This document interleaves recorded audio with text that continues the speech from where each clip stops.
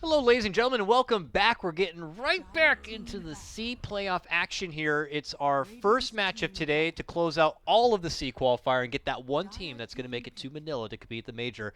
It is Mineski versus TNC. I'm here with Purge once again. And Purge, would you believe it? A lot of people expected TNC to still be able to just kind of stride their way, but here they are, game number 3 against Mineski. I look at that game as just a little bit of a misstep. I think TNC was in control most of the time. They played the same style that they normally do. They made great moves. They clearly outperformed team fights so many times. Like the jungle team fight, the second jungle team fight, it was always them initiating, always them doing good damage. I just felt like their items didn't quite transition. The slaughter just barely didn't match up well, and they lost that one fight, and Slark got picked off a couple times. So I would look at that game and be like, I don't feel like criticizing either team too much. I think it's clear that TNC's better than Mineski, but Mineski can definitely win. And going over their history, they've kind of gone back and forth based on trades. I mean, if you look at ESL Manila, Mineski won the qualifier for the Philippines. TNC was there. They got to the finals, but they lost. That's why they were not at ESL Manila. So vengeance. Definitely vengeance. I mean, I'm sure TNC was a little salty about that, but and think about, it's kind of also funny that the major that TNC might make it to is the one that's down the street. Oh, yeah. Literally in their same country. That's instead probably of like, better for them. I mean, in front of the homeland, and those, you were there, right? Yeah, I mean, it was amazing. I knew it was going to be hype as hell, but they were hype for everyone, not just their own teams. Yeah, like they were hype for they just really Dota. were. The way that I would describe Filipinos is they're just like, they're hyper focused on what they are doing or what they care about. Yeah. Whether they're driving, they're like, I'm going to get there as fast as I can, no matter who I screw over, or the way that they go to lands. They just get super pumped and watch. So, hype cheers, and I can't wait to see the same thing with TNC. Love them Filipinos. If I can make it there. I married one, so. Oh, yeah, that's right. I guess you have some personal experience in cuisine and stuff like that? Oh, lumpia is just delicious, but the balut, I mean, I don't know. No, I won't go for that. That's I had like breakfast all in one right there. It's I guess it really is. Probably good protein, right? Yeah. Maybe some Chicken calcium. and eggs. Don't even have to eat the shell. Calcium too, instead of your yogurt substitute. Yeah. Sure, but here we are. Let's talk about it. Game number 3, Mineski. Well, actually, TNC open. Pretty much have we seen them open the game so far. They get their Witch Doctor, and they go right for the Slardar again, probably for Sam the Man. Game 2, we already mentioned, was not his best showing. Game number 1, though, was a huge stride for him, so he's going to look to shake it off for Game 3. And they go right for the secondary support. Tremendous lockdown capability already from TNC as they get the Lion, too. Yeah, and the burst damage, which is maybe something they were missing in the last game. They couldn't finish off the heroes once they had enough mantas on heroes, because it was tanking the Omni Slash not getting kills. Slardar wasn't scaling mid to late. I think he missed a couple spells early, but he played quite well up until the 45-minute mark, and then his hero just wasn't quite effective due to them not completely stomping team fights. So Lion provides a good solution to that. More lockdown, more gank potential. They can burst heroes easier with Finger of Death, for example. The limitation is who's the other support they had last game? For Mineski? It was Rubik. Yeah, great team fight hero if you steal the right spells. He played it absolutely which he did perfectly as you could, pretty much. Yeah. But Lion in a lot of ways much easier. Don't have to wait for the spells to be stolen. You don't have to react to the Eclipse coming out. You just kill them before they cast Eclipse. Oh yeah. So that can be good. They do get a Slark in response though, so that's a little scary due to it kind of being a counter against stuns. But with that said, if they initiate first, especially with a spell like Hex, they can definitely chain stun, kill Slark. Oh, for sure. As long as Puck's not there to counter initiate. So the fights are still going to be pretty interesting. But I like that we basically have the exact same drafts, but just some minor alterations. TNC says the solution is Lion rather than Rubik, and Mineski says, all right, now we actually will adjust to your build. And they now go back to what worked out for him so nicely in game number 1. That game number 1, it was in the hands of Raven, so I don't know. I wouldn't put past TNC. They could still make a role change up here, but all we could talk about in that game number 1 was how ridiculously farmed Raven had gotten on this gyrocopter, and that stemmed from their wonderful laning setup too. So I wonder if that's something they're going to be pushing for again, to make sure he has that great laning experience and that good start to just end up being a force. We'll have to see. Definitely could be, and good matchups still. Their opponents go for a Darkseer, which will synergize very well with Slark in the early mid game, but in the laning stage, Gyro doesn't care about this. He's generally seen as the carry that is best against Darkseer will still be in a standard pick without going too weird and going like Lifestealer, even though the Lifestealer is a bit iffy sometimes. But ranged hero, lots of nuke damage, very high movement speed, can chase down Darkseer. Oh, yeah. He'll be very effective here. If he gets behind, Slark's probably going to punish him, and Enchantress is a very good solution throughout the game due to her impetus shots going through BKB and high armor, both of which Gyrocopter usually has. But I think it's a good pick here. Flat Cannon will be great against the pushes. Enchantress actually is a little threatened by that as well, and just getting tanky and team fighting well. TNC did it amazing in Game 1. We'll see if they can do it again. Oracle ban. Oracle ban, or are they going for Bat Rider probably? God. Well, but they have last pick. So they're four. Or do you they? know, they do. Oh, yeah, this is the weird thing. That is really weird though. But their opponents already have Puck, Darkseer. That's off lane and mid. Slark's their other hero. They can't get a Bat Rider, right? Surely. Well, no. they actually need another support, which is why they banned Oracle. So I was like, so I don't know why Oracle. Okay. Though. Is Oracle's not? It's the back counter really. That's what you see it as. Venge is already on. Oracle's now gone. They're gonna get back. Surely. His Q, does it purge off amp damage? It's a It soft does. purge, so it can. It does. Yes. But that's not that amazing. I mean, it's not like a end all be all to get it, I guess. Okay, it does counter their 3 heroes. Like we said, they've already got some stun counters, such as Slark. I mean, the other thing they could pick is Abaddon. They could just pick Abaddon right now as their other support for the goal of canceling stuns, which is what Oracle does. But Oracle definitely does make things a little harder. Like, if you look at TNC's lineup, they do scale, but they're not ultra fast scaling. It's more like they do need to burst. The burst is important. Gyro, Call Down, Rocket Barrage, Slardar, those heroes, after the first 2 seconds of combat, they're a little bit out of steam. So if you put an Oracle on top of that and hypothetically buy Slark 5 seconds of DPS or remove a crucial stun that lets him ulti, which breaks the whole initiation, then it can completely change a team fight. So I think this is one of the few times that even if they don't pick bad, I think it's a good Oracle ban here because that one hero could change everything. Same with Puck. If they initiate on Puck somehow, Blink Hex, for example, Oracle could just change the whole team fight. Yeah. Like ulti line plus Slardar, for example, and boom, they're screwed at that point as the counter initiation comes. It's probably me just my lingering thoughts from Star Ladder. Star Ladder, we saw very limited success with Oracle unless it was the perfect counter pick against a Darkseer or a Bat Rider. Yeah. Outside that, we saw teams getting it just maybe for the lockdown potential of a Beastmaster, but he really never became much of a problem. Obviously, we're not able to watch every region that's been playing here in the qualifier to see how his success has been so far, but it does feel a bit peculiar. But you're right, you make a great case for it. And I know for a fact if you do a great Fortune's End on someone like a Slark, he walks away with a Shadow Dance, he's going to come back with full life easily. All that regen gets doubled right away. Oh, yeah. It's ridiculous. That's a good point, actually. All you'd have to do is press his R button immediately afterwards, he's gonna be fine. Boom, 4 seconds of how much? 8% of his total HP? It's 7%? even better than a Heart, and a Heart will give you 1,000. So even at on 16 cooldown. with Oracle ulti on, he's getting 14% of his current HP per second, which quad multiplied, that's half his HP. Guaranteed. Not even counting extra Oracle heals. That would be a really fantastic combo. They offer the Crystal Maiden, though. So they'll get the mana regen benefit. It's not typically against your Enchantress or anything like that.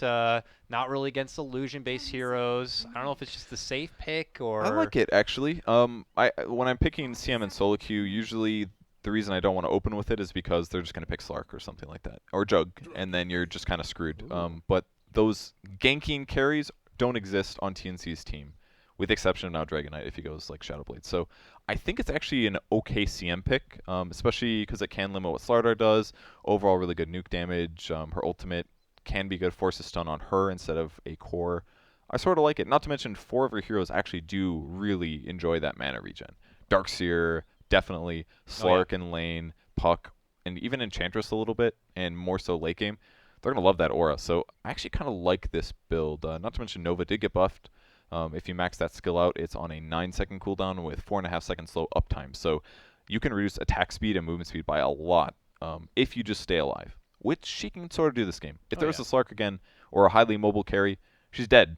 But Gyro, Dragon Knight, I think she can make this work. Maybe it's scary with Slark, but I think it's okay. I think it's an okay pick. Now, let's talk a bit about that last pick, though, for the Dragon Knight. Something we don't get to see very often, but has been seeing some light. Obviously received quite a bit of love in this last patch.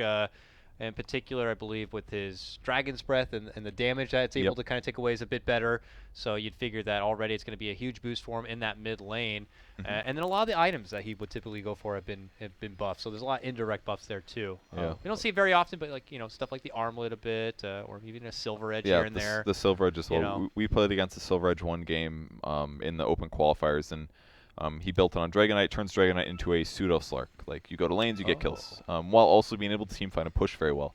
So just having like a tanky mid hero that has pretty darn good burst damage, for them to pop up with a stun somewhere, it changes how you play the whole game. So even if he just buys a Shadow Blade, then all of a sudden Mineski has to really limit how they play the game, and that just kind of sucks, like, from a support standpoint. Really limits what they can do.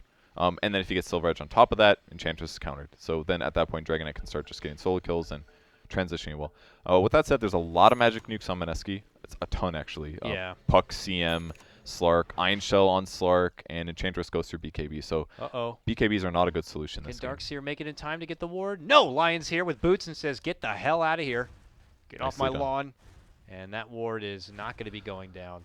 I'm actually really happy that Cuckoo did this here. It's not so much of he just happened to predict the Darkseer as possible, but they have two supports, actually. They're doing a regular tri-lane, and if that's the case, you've got to make sure that you don't get your small camp blocked. They do have the sentries, so they could block it, but an easier way to do that is you just TP to lane. Yep. Because you'll get there before they do. The off lane's a little bit farther away. Protect your safe lane, don't let them get the ward down, and this is going to guarantee that their supports will be able to scale better in the mid game. And I feel like too many teams are letting their experience get behind on their supports just because of the tome. Like, I've been seeing this trend, supports like level 3 by 8 minutes, and last patch I feel like that just didn't happen as much. Teams are more willing to be like, oh, we actually need to get levels on our supports. I know there's like comebacks and things like that you can do, but just pulling sometimes is really important. Get the fast level 6, especially with these two supports. Both of them get really strong at 6, so you got to pull with at least one of these guys to let them catch up, give the other guy the experience tome. Yeah, we'll have to see if they decide to do that, and which one will be the case here, is they want to put definitely more Witch Doctor certain on trying to keep the Darkseer out of lane. Witch Doctor could certainly benefit a lot as maybe Lion just the better zoner in the lane also. Yeah, exactly. That's why he's got boots as well. The support items are all purchased by Witch Doctor. You can actually buy all the support items on one hero now. It's actually like that a lot because it lets. Thank you, Ice Frog. It's just wonderful. Yeah, dude. Isn't it the best playing support now? You buy support items and you're like, I can get 2 sets of regen and 2 Ironwood branches and a clarity, and I bought stuff like. And if I take out a ward at the beginning, I get an extra 100 gold back. Wonderful. It's actually so fun because now you can alter your supports a bit. You can always put a boots on one, and it's not like completely breaking the other support. It's a cool way to play. They're definitely going to focus on zoning the Darkseer here. They're trying to actually get him to come forward. Yeah, come in with just your Ion Shell. They make their move. They got the cast. They are going to be able to connect with the Impale and a Rocket Barrage. This is their best chance on getting it here, but he quickly eats up the Tango, gets the regen brought in. Even he goes broke a for salve. Salve going to be broken. That's devastating for the Darkseer, but he will walk away with his life. That made it all worth it. Killing that salve there, completely worth it. Because now, when he goes back to lane, he'd have to use like 3 tangos. He's just going to double spam and leave. Yeah, can't get close enough, though, to try to get that level 2. Enchantress. Is he dead? Creeping in from behind, bottom he might lane. die. Will they get the kill? Will they get the kill? They're looking to go for it while this One happens more. mid lane. 2 more. No, they want it. Oh, that first play was mid lane at that same moment. Can they still get it? Please don't make me leave.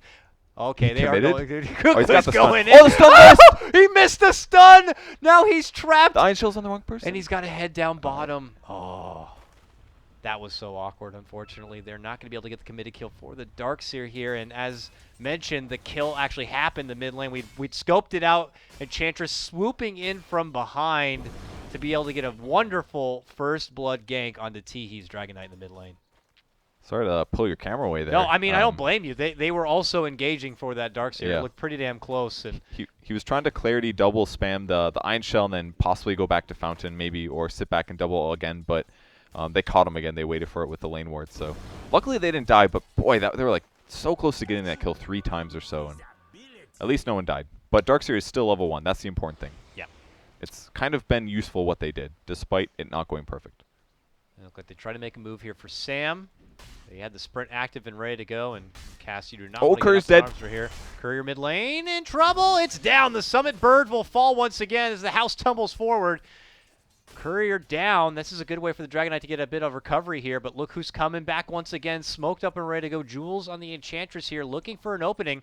Ben-Hur hanging close, begins the right click and the Dark Pack, which doesn't quite connect, but they're going to be able to get a nice little net. Great stun. AU steps in, but no coconut yet. Does have it now. It's not going to matter. It comes a bit too late. The damage had been done, and it looks like Mineski will get the second kill now. 2-0, both of them on this mid lane Dragonite. That's really nicely done by Jules there. He got a little lucky on creeps due to having the net and the clapper because the net set up the easy pounce but the stun wasn't enough. He's actually not survivable yet on Dragonite, surprisingly. He's got boots picked up now, so that'll help him a bit.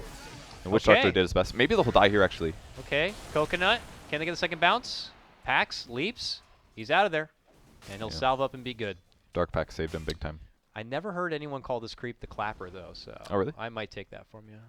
It's a little bit easier. Thunderclap, man. Yeah. It's better than Tomato Unprotected Sex. Oh, for sure. Yeah, he's beefy, dude.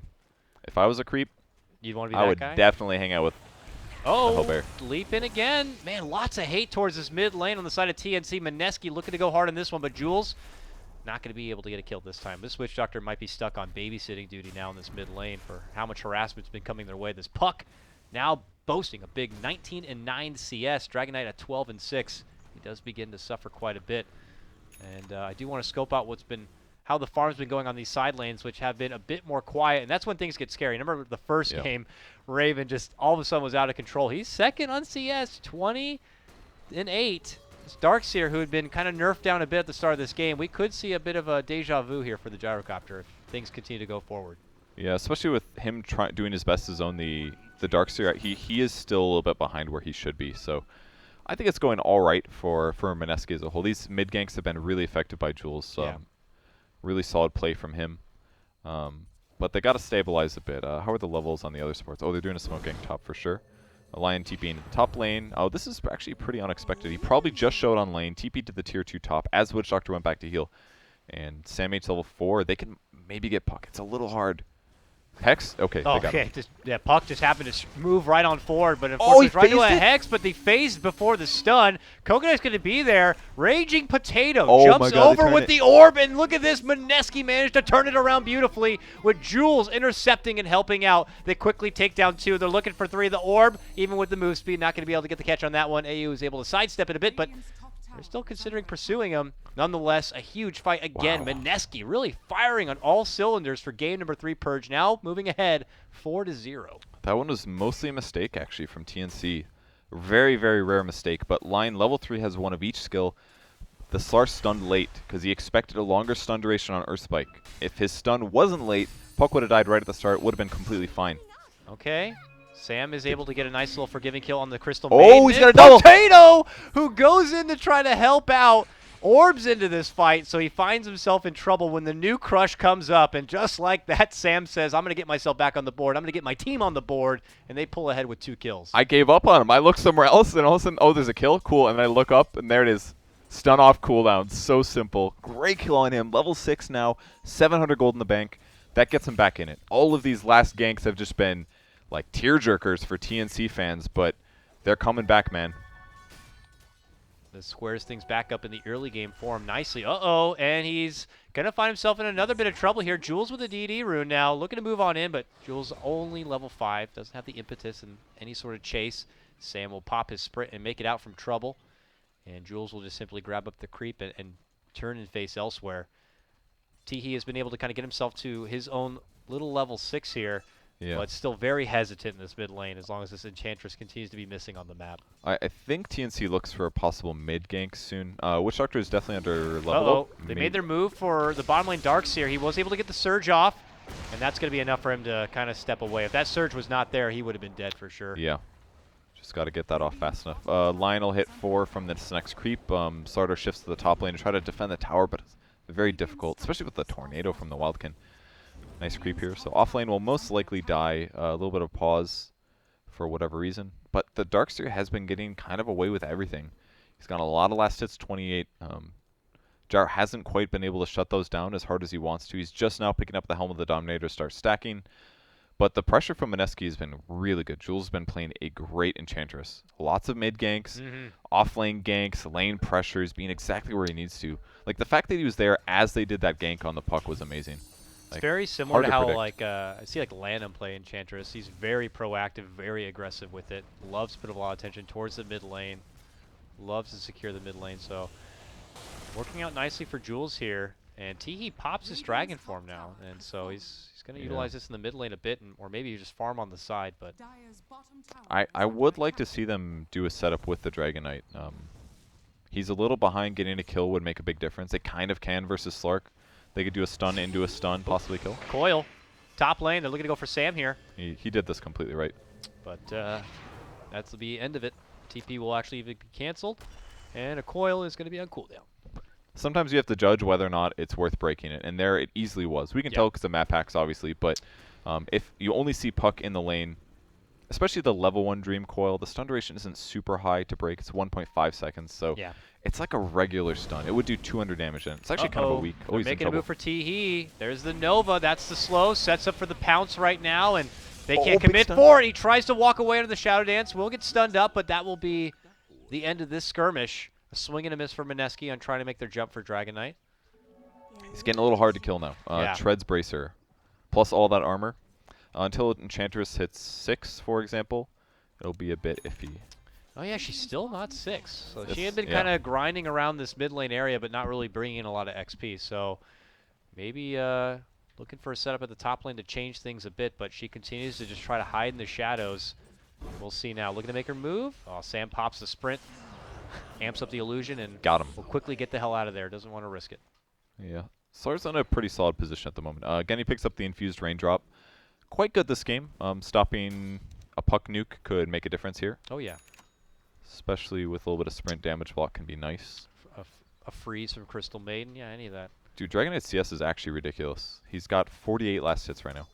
That was a stacked medium camp, so they're not quite the same as a regular, and one of them was Mud Golem, but he's been farming really well. He caught up real nice after all those ganks. How does he have more farm than Slark, actually? Yeah, Slark. No one's even approached the Slark. No one's giving the Slark trouble. And has he even rotated? Did he go in the off lane? I don't think so. I mean, I guess he pressured that one time and he ulted. Oh, bit awkward here. Mineski very deep in TNC territory, up by their secret shop right now, floating around this mid lane. You know what though? It's pretty standard from game number 1. They know that this camp is probably trying to be stacked up for the gyrocopter, and they want to make sure they kind of can control that playing area. Yeah, I really like the wards from Mineski here. They're constantly outside of everybody's lanes. They don't want to let TNC leave the base, and they would love to do that. Leave the base, maybe get some ganks off, turn it into a push, but because Mineski's constantly on the aggression, it's really limiting what Dragon Knight should normally be doing, which is easily pressuring a tower at no disadvantage to yourself. But because they're getting so many ganks off, and now they're rotating, it's harder for Gyro to farm, and this is exactly why he basically left his lane. Because at this stage, Dire's usually going to shift to the safe lane. They've mostly focused on mid and top all game, but now's a great time to go pressure safe lane. So but I mean, he's finding great farm in the jungle, and this does allow the Witch Doctor to kind of build up to level 6 now in the bottom lane, which is nice. But the problem is he's Witch Doctor alone, and there's a Slark chasing him, and Slark knows that. Oh, yeah. Nice little juke right there, an ankle breaker. Prevents the Slark from making the jump, and he's just like, I'm going to hide under this tower now. Slark eats a bit of damage. He actually eats a lot of damage from that, and he will TP out of there before Crystal Maiden can catch him off with the Nova. That's why you put the support there, because when the gank eventually comes, then it's only support dying, and you don't feel the need to TP a lot of heroes to take a fight in a place where they can easily approach you, and kind of these trees just kind of turn into a death trap at some point. So he gets out. They'll turn that into mid pressure instead to make up for this off-lane pressure, and hopefully for them they can get a kill. So it'll make all the difference. Plenty of time to work with this dragon form here as they bring the tower just below its halfway point, but TNC not really looking to converge. They continue to stack up that mighty ancient camp here for their gyro. How does this guy have 97 freaking last hits? Like, it actually blows my mind. It continued to just go up and up, and I'm telling you, it's like they just sleep on him, and he's just down there like, oh, no problem. I got waves and waves and waves of farm here. Is this guy like the best farmer in the game? Like, I know that's weird to say, but how often do you see him people put up numbers this huge? Like 99 at 11.5 minutes. The other guy that did this the other day was Sam H. He played a safe lane Beastmaster, and he had like 100 last hits or he had like something ridiculous like this, like 100 last hits at 12 minutes. It was just crazy. It's mostly jungle efficiency, and he did get some stacks from his allies and stuff, but man, these farm numbers are actually ridiculous. He's just ahead. And Teehee may not be as glorious and as farmed as him, but he's getting his own way now. Does he go for a Blink Dagger also himself? I mean, he's got about 1,800 gold saved up on this DK. Yeah. Or is it like a Armlet? I haven't personally seen a whole lot of DK in actual play get Armlet in this patch, but. Oh, okay. Sometimes Armlet, Blink Daggers, drums, things things like that are a lot more standard for sure. Ooh, smoke, movement in, but look at this play from Mineski. Beautiful jump in, 3-man silence from Raging Potato, but they're still going to be able to get off the quick burst and finish off the Slark. Not enough to stop him. Mineski looked like they were in a better position to stop this smoke movement, but TNC still get the job done, and they might be looking for more. A jump in from Raging Potato, looking to get the finish for Lion. He will be able to do it, and it jumps over to the orb before the Gyro can intercept here. But, Gyro didn't see him. Passes right on through, and that may be the end of it. A 1-for-1 trade, still a better one for TNC to take down that mighty Slark, and now they're going to transition it into this push on the mid lane. Again, Dragon form happening here, and they spotted out. Slark is. Oh, they found him now. They jump in. They crush right on his head. They followed up with a coconut. They have a Dragon Tail if necessary. Actually, they don't, but it doesn't matter. He goes down. DK picks up the Blink Dagger, and that makes it a 2-man drop for TNC. How did they find him? Yeah, I don't know. Deduction, maybe? I guess they just figured he slipped in there. Did they don't have the ward. I didn't see the initiation. I just saw that Slarder was on top of him with a stun, but he just blinked in there, like blinked right on him. Weird. Okay. And the crush came so fast, it's just like he knew he was there. I mean, I guess if you're going to blink for him, you might as well stun afterwards, right? Yeah, right. Because otherwise you're like, oh, hey, you're there, and then he just leaves. Yeah. So, for the best, I guess. Good heads up for Sam on that one. Yeah. All right. Well, that was a huge pickoff. It was amazing intuition by Mineski as well on the tier 2 there, that they anticipated the Slark getting ganked. I mean, they got him ganked on purpose. In some ways, it was a bait, right? They moved Slark forward. Yeah. He's farming the creep wave. They're anticipating that.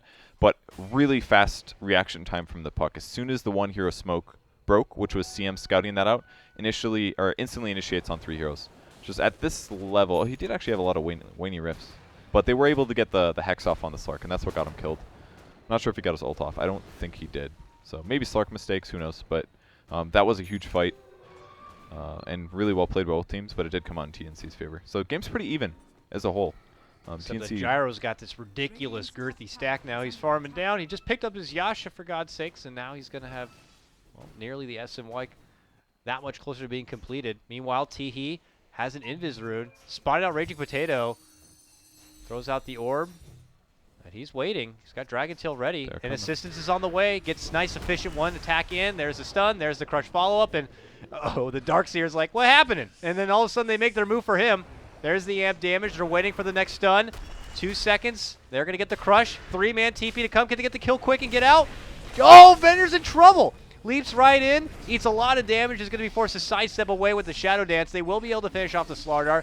Tiki now moves in. AU steps in with a big Death Ward. Will be able to get the finish for the Crystal Maiden. Bear jumps over, but he goes right into the arms of the Gyrocopter. Oh, the Two-man stun comes out from Cuckoo, and that means the call down will be right there. And another 5-man wipe this series. This time it's Mineski who all hit the deck, and this will secure a tier 1 for TNC. TNC fought that so well. Man, the Darkseer chase with the body blocking to buy time for the Slar stun, and the stun into call down was beautiful, and they picked off the Slark as he leaped past. The Witch Doctor combo was amazing. Like 2 heroes, Cask with the ulti. He got so much value out of that. Cleans up CM so easily.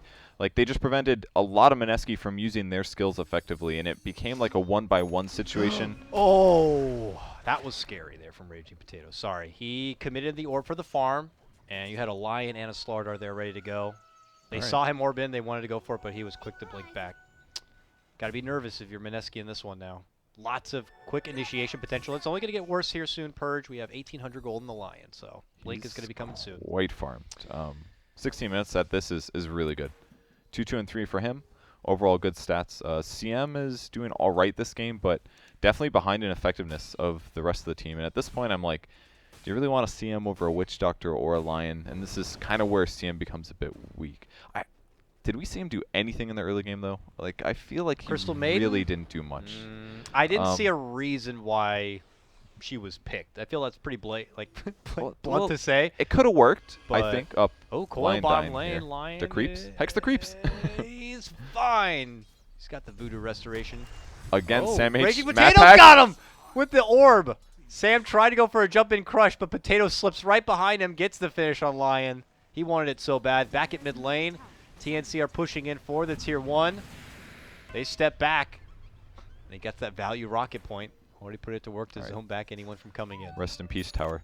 No, I just feel like Cast hasn't accomplished enough in the early game, and maybe this is because he's been in a coach position. He hasn't played much recently, but I have very little recollection of CM doing anything this game. I see that he's gotten 1 kill and 1 assist, but you know the ganks mid were always Enchantress only. Like maybe occasionally bring the CM with and guarantee the kill. Not that their early ganks weren't effective, but I just feel like he hasn't done that much. And Slar still got a really fast level 6, for example. So it doesn't they're help not that, getting value from this hero. It doesn't help that TNC are always first picking his best hero, Witch Doctor. So yeah. Here comes the smoke, though, for Mineski. Can they turn things around here? Looks like a missed opportunity to get the catch on the gyrocopter here, but they are building up stacks, something that maybe Mineski could anticipate. But every time TNC are going for these stacks, they always have help nearby, so they understand the value of those stacks and the value of their economy while they're certainly up and ahead. Speaking of which, I mean, Gyro's about to get to that 10K net worth mark. I mean, the next closest for Mineski is their Slark at 6.3. He's really feeling like he's just, again, going to be in a league of his own. Yeah, he's just always a little bit behind. Especially compared to Gyro, man. This guy, like, how often do you see gyrocopters get that far ahead of net worth? This is like when Gyro first got popular and Flat Cannon was on a low cooldown. Oh, yeah. Amazingness. The OP cooldown. But this is like nerfed gyrocopter in so many ways. He literally just got a nerf to base damage. This guy still gets every single last hit possible. Just incredible farm. Invis on the puck. He was hoping to get a free support kill, but they're staying together, and this is what they need to do, definitely. Especially with the Shadow Blade picked up on Slark. They did get it revealed there at Secret Shop at least. So they know that it's coming, and as long as Slark doesn't get kills, they are going to be completely fine this game. And they'll try their best to at least take the ward game back here, but the ward game is still being won by TNC. They have a lot of neutral vision out on the map, I guess you could say, up and down the river here, but haven't really considered going offensive yet until they really get in, I guess, more comfortable fighting shape. Get that Gyro that much more richer, and the DK right by his side. Both of them on the verge of being able to pick up a BKB. At that point, Purge, once these BKBs come together for TNC, do you think it's kind of go time? Or it definitely is. Yeah. 'Cause if he's got BKB, Slark can't kill him at all. He's already got plus 12 armor from Dragon Blood. So if you're magic immune and you have that much armor, Slark does nothing at all. All Slark can do, pick off your supports one by one, and then hopefully let the rest of your heroes, once BKB ends, you can deal with the Dragon Knight. But with BKB on DK and a Blink Dagger, he can basically initiate to set up on an important hero, either Slark or Puck, or he can follow up on the important hero that Slardar finds. And with magic immunity, he's not going to die in the team fight. Same thing with CM ulti. Like once he has BKB, CM does nothing. Puck does pretty much nothing. Darkseer does pretty much nothing. The only hero that can kind of touch him is Enchantress. So it's definitely a really big item for him to pick up. And I like that they've been playing passively until this point, because it's clear that these two guys farm ridiculously fast. And normally you play your game around like, oh, we'll just assume that with free farm, we'll all farm the same. But these guys are just so fast at farming that they actually can just focus on this and be like, you know, if we never fight, we're going to win. Because we're always going to outfarm. Have made their move in for the Roche pit here. They may be able to get away with this, though. They are pretty slow at doing it here. Thankfully, they have a DD rune on their Slark. There's the smoke on TNC. Yeah, it's going to be too late, but this is TNC They don't Purge. care. They don't care. Really don't they care. will fight outside the front door. I don't think they can do it in time. They prefer that they have They're not going to make it Aegis. in time. They're going to try to run, but it's not going to be happening. Sam steps in. He gets a huge stun, a vacuum wall combo with a Crystal Maiden ultimate. It's going to be quickly canceled out. Not going to be enough for Mineski. It looked like a valiant start, but in the end, they will quickly lose 3. The Roche could end up going the way of TNC, and they're not done there. The chase has begun. They look to go for the Darkseer. He tries to surge away, but eventually Sam will catch Comes up. that missile. Here it comes. 75 damage. Got him. Doesn't matter. They want the bigger prize. They step back. They go in for the Roche, and they're going to take the Aegis themselves. TNC continue to be the biggest contenders of the Roche pit. These guys are like so good at this game that they play it like they have map packs. Like that is what it's like. Like they got to the last Roche late in game 1, but this one was perfect. He's probably resetting his map pack right now, actually. He's like, oh shoot, our map pack's not working. Lag, right. They just approached that so well. I also kind of liked how, rather than everybody running down the cliff here, approaching the Roche, that Dragon Knight blinked to the river north a little bit. Did you see that as they initiated? I didn't see the blink, but I'm like, oh, Dragon Knight's in a position I was not expecting him Yeah, to come from. but I think they did this. Basically, if all smoke breaks and they're on the cliff, they could get like vacuumed on the cliff, or they could get 5-man dream coiled, for example. Like the nukes are going to be towards the group of his team. So despite limiting his ability to initiate, the important thing was blink over here. That way, if there's heroes on the cliff, you can spot them, or you can see. You're basically giving vision for the Slardar. It's like a very small thing, but I would never think of that myself when I'm playing, but watching other players do, it's like, oh, it makes perfect sense. Give vision to your other heroes. You've got BKB, so if you get out of position with your blink, it doesn't matter. It was a very subtle thing, but it's like little tricks like that that give you the vision to allow your allies to get those big chronos or those big stuns.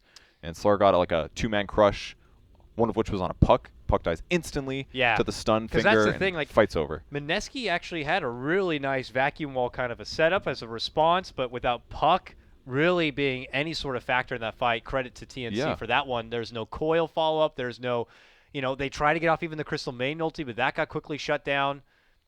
Valiant enough for Mineski to have a response, but because of TNC being able to approach and get that lockdown again, there's no way for Mineski to have enough follow-up to finish him off. Yeah, if they actually had the Puck alive there, they would have killed Gyro at least, because Gyro got down to like 20% HP, 30%. He actually got kind of low due to vacuum and maybe some other nukes. I think the CM ulti went off a little bit longer than they expected. I got a little leg spike there, but they eventually did pick up the CM kill, and then everybody was fine. But during that vacuum wall, if they Puck combo on top of that, they very likely could have won the fight. So TNC is just showing, man, they fight fights so effectively. Yeah. Their positioning is amazing. They do all the little things right that lead to them getting perfect team fights, just like game one. So they just got to close this out. They've got to feel confident after how all three of these games have gone. They're all their games to lose, basically, every single time. We got to see, though, what Mineski can do to bring this one back. They had a valiant effort in game one. We know that TNC walked away with a win there, but they found other objectives to pursue to make things very difficult, which ended up being just forcing TNC to go into a all-in finish. This time, though, those options don't seem, as relevant. I mean, if this isn't working out, the Slark isn't kind of being a huge heavy hitter, which he pales in comparison right now compared to the two cores of, maybe not pales in comparison to Dragon Knight, but someone like a Gyrocopter, and especially when they're both get those BKBs. What is plan B for Mineski, and is there even a plan B? Get ganks off. They definitely have pretty good nuke damage. Their team fights are pretty good, but they kind of lost their window because now the BKBs are up on both heroes. Gyrocopter has one, and now Slardar has one. So all these picks that Mineski did are very limited. Puck as well as CM, very countered in that way.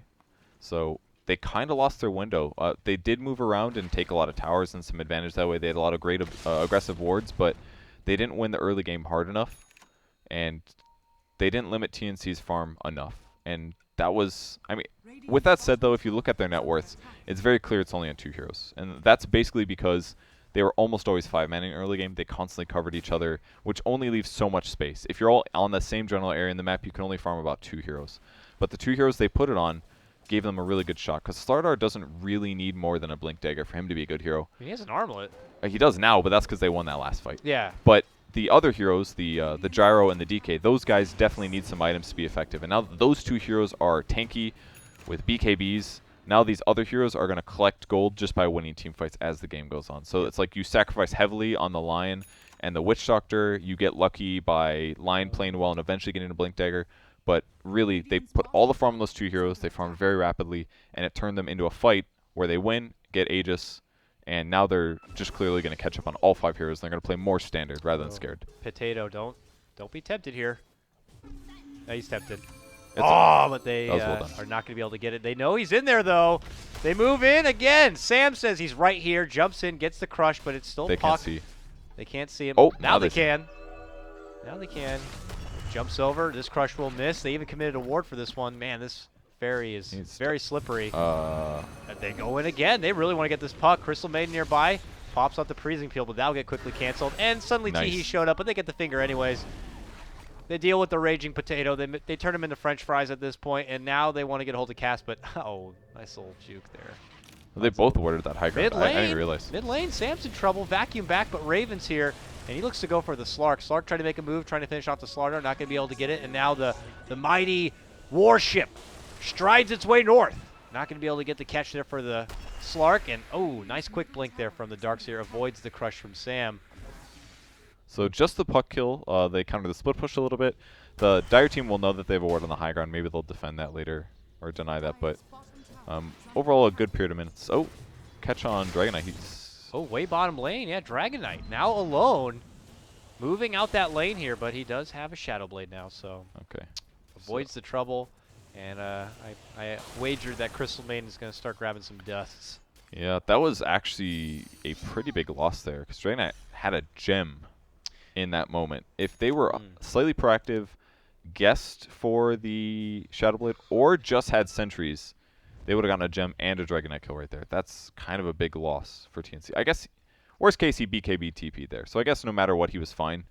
But they could have at least forced the 9-second BKB out on the Dragon Knight. TNC now smoke deep inside their base, anticipating Mineski are going to be converging in their woods, which they're actually right about. Puck already orbed on forward. Jump in Dragon Tail. They're going for Potato. They got the crush follow-up. This puck is going to be taken out of the fight right away. And now the rest of Mineski, they look to retreat. And the chase will not be on, it looks like, at the moment here from TNC.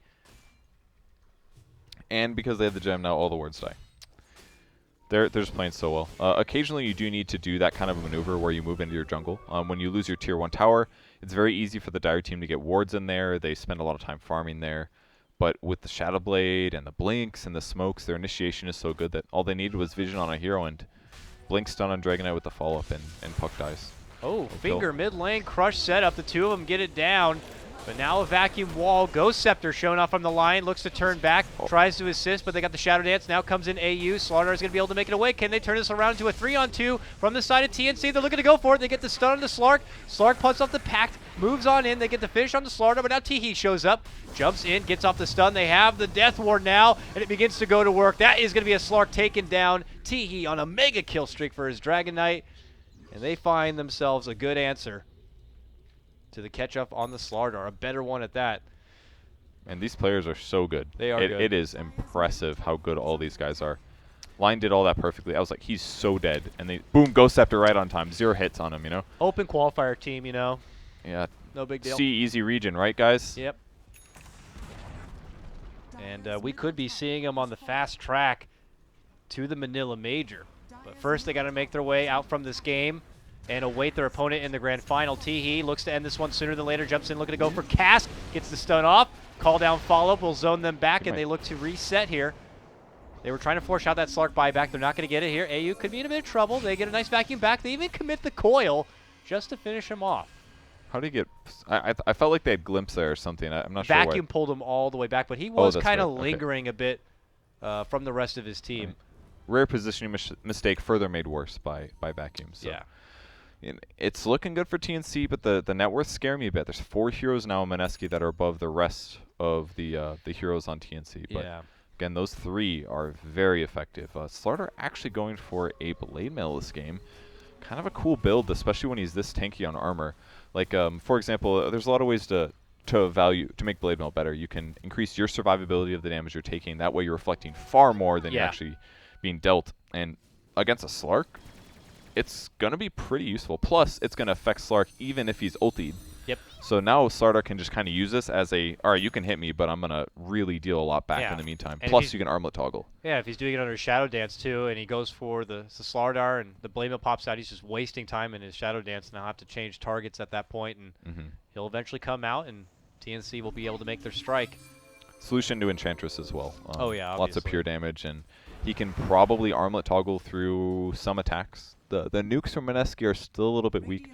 Teehee commits a Dragon Knight ult and his Shadow Blade here to go try to set up a kill. He's very close to finding the puck. Hello, Potato. Sees him now, hits him once, gets the stun, and tries to solo him here. Should be fine. He's awaiting. Maybe.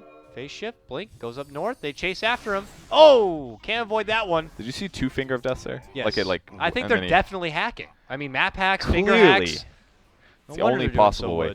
You know, like, these guys are so good at playing their heroes that, like, I care if they're hacking, but I almost don't care if they're hacking because they're so freaking good at playing their actual heroes. These guys look like tier 1 players. I genuinely mean that. They look really good. Oh, Teehee, nice jump in. Looks at Jules here, but they have to BKB if he wants to get off some good right click. Meanwhile, they get the crush follow-up. Looking to go for Ben here. That's the Slark. He's out. Over a minute. No buyback purge, and TNC really opening this game up at this point. It's 19-10, but they have easily the biggest net worth of the game. Almost have controlled the net worth the whole game. Getting closer to that 10K mark. The XP's already there, and they're looking to inch into the base now. And Raven begins to go to work. He's already got a butterfly, man. 17K net worth for him.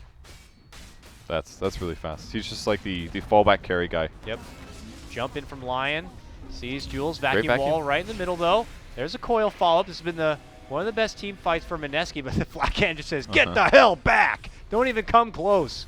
They go right in for the racks instead, but a jump in from Sam gets a good catch on Raging Potato, and now the puck is going to be taken out over a minute without a buyback. They still don't have the Slark.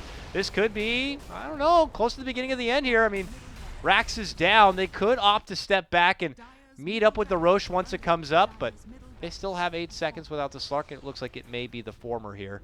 They step out with their winnings. They're happy with this. They know that this is game 3. They'll opt for the tier 2 bottom instead. I mean, It's definitely worth it. I mean, yeah, it's too early in the game to just go all in. Like, all the death timers are way too low, especially when you're beating a team. Got like a 15K net worth right now versus Mineski. Their heroes are scaling better. The Slark's just behind. This may be Mineski going down to the lower bracket. They have a good history against the other 2 teams that were knocked down, but right now TNC looks like they're going to go on ahead to the grand finals. Yeah. Most likely.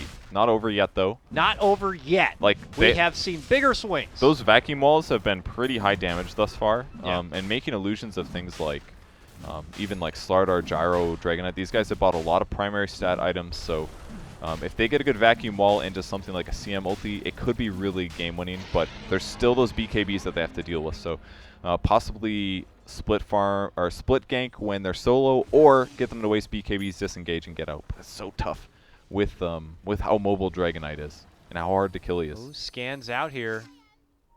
Is that gonna scan? I don't think it scanned it's Radiant anyone. Scan. Yeah, but I don't think it caught wind of anybody. They were hoping to catch someone there, maybe to go for a quick jump here. Teehee looking to move in. Uh-oh. Dark's here a bit out of position, but they actually jump into the base where they have that vision. Not just once, but twice. Double obs to make sure they can get this high ground vision. Now they make their move.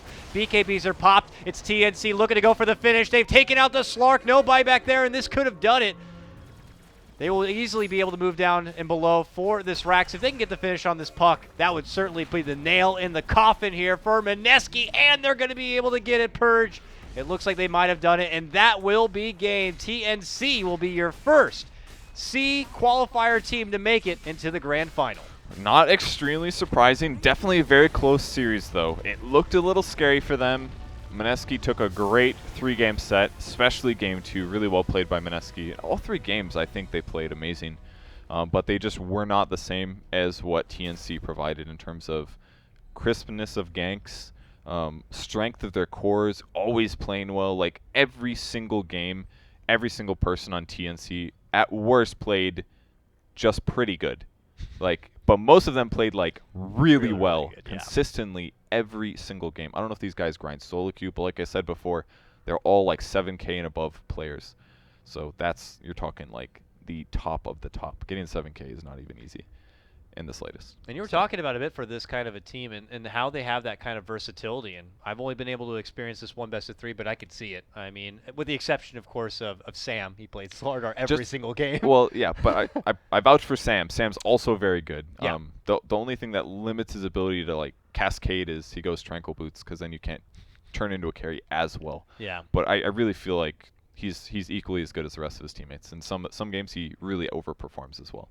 So with this means Mineski will now be bumped down into the lower bracket where they do have Orange Tearing. I hope I said that right. Orange Tearing meeting up with them in that lower bracket. I'm looking forward to seeing Yamate in play. That's the next game. Up against them. That's the next game coming up, the next best of 3. And then after that, we are going to be going right into the grand final. So TNC will have this best of 3 to watch, to have a break. But we got to wrap up the C qualifier. It's going to be awesome. That's Purge and Coddle Guy will cut to a break. When we come back, it's going to be game number 3. Or what? What am I talking about? It's going to be our second series. It's going to be Orange Tearing versus Mineski. We're on 72 hours of this hub, and well, I'm going to get some food and get some brain energy here. We'll see you guys soon for that best of 3.